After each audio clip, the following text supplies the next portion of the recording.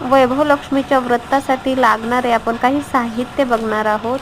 मी चुनरी घेतली आहे, ओटीचे सामान घेतलेले आहे.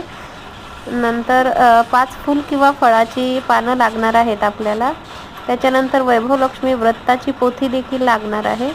नंतर खाऊचे पान, सुपारी लागणार आहे. हळदी कुंकवाचा करंडा, पूजेसाठी लागणाऱ्या दुर्वा, त्याच्यानंतर फुलं, हळदी कुंकवाचं पंचपात्र, सोन्याचा एक दागिना किंवा चांदीचा दागिना, दोन्हीतला एक असेल तरी चालेल. नंतर धान्यानं भरलेल्या कलशामध्ये आपण पैसे देखील टाकणार आहोत. अन्नपूर्ण मातेची मूर्ती घेतलेली आहे आपण कलशामध्ये.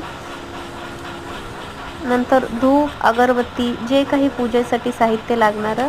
नंतर कलश घेतला आहे पाण्यानं भरलेल्या. नंतर तांदळाची वाटी त्याच्यावर ठेवलेली आहे आपण. नंतर आपण सोन्याचा चांदीचा दागिना वाटीमध्ये अशा प्रकारे ठेवायचा आहे. हे सर्व काही पूजेचं साहित्य आहे आणि लागणारं हे सर्व साहित्य